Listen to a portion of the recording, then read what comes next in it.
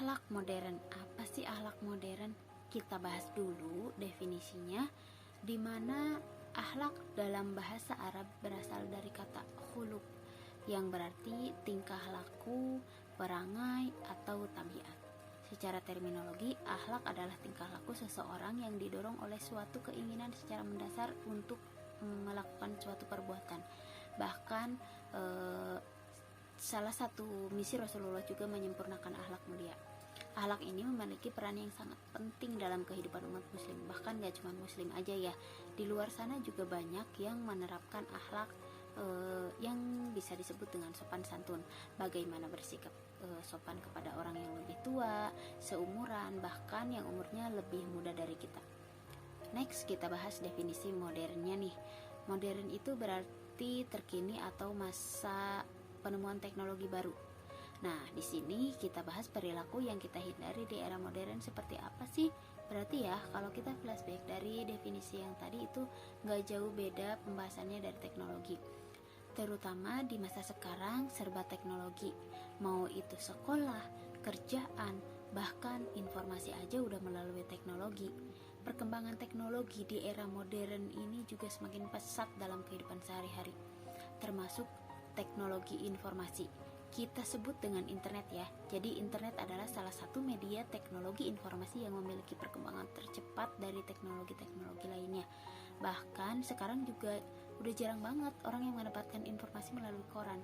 Nah, perkembangan tersebut memberikan dampak positif dan negatif yang mempengaruhi kehidupan manusia, termasuk di dalamnya perubahan akhlak terhadap anak-anak remaja. Kenapa anak remaja? Karena sosial media pada saat ini banyak digunakan oleh anak-anak remaja. Nah, bagaimana dampak positifnya?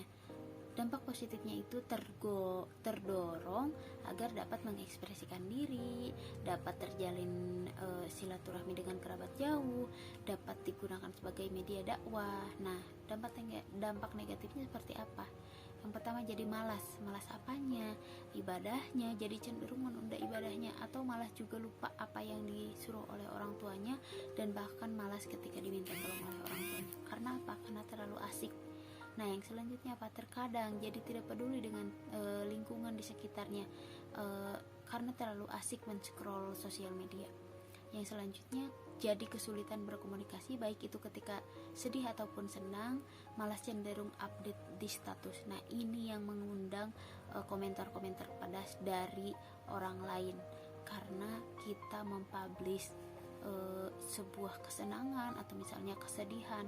Karena apa? Nggak semua orang itu bisa menerima apa yang kita rasakan gitu.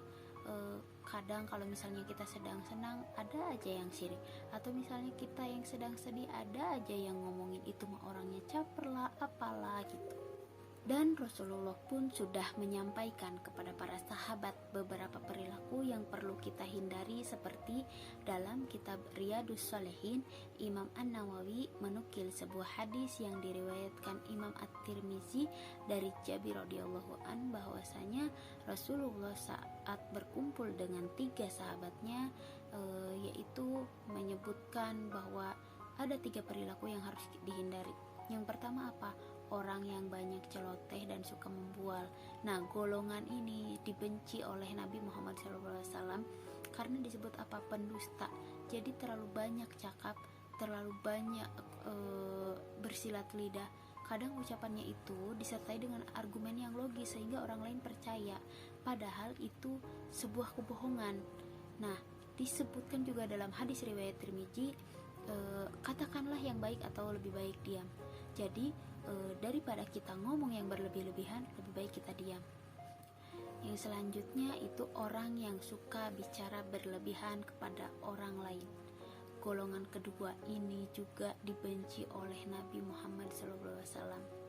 Jadi orang yang berlagak fasih dengan tata bahasa yang menakjubkan, itu yang wow, jika bicara itu terlalu berlebihan hingga tidak sesuai dengan kenyataannya.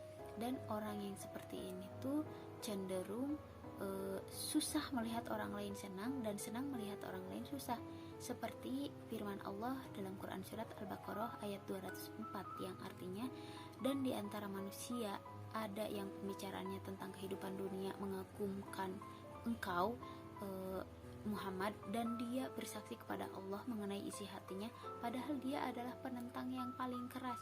Jadi dia itu sudah berbicara kepada orang lain kalau misalnya perilaku Nabi Muhammad itu Masya Allah, tapi orang itu juga menentang, jadi menentang tidak mengikuti ajaran Nabi gitu, Nabi Muhammad.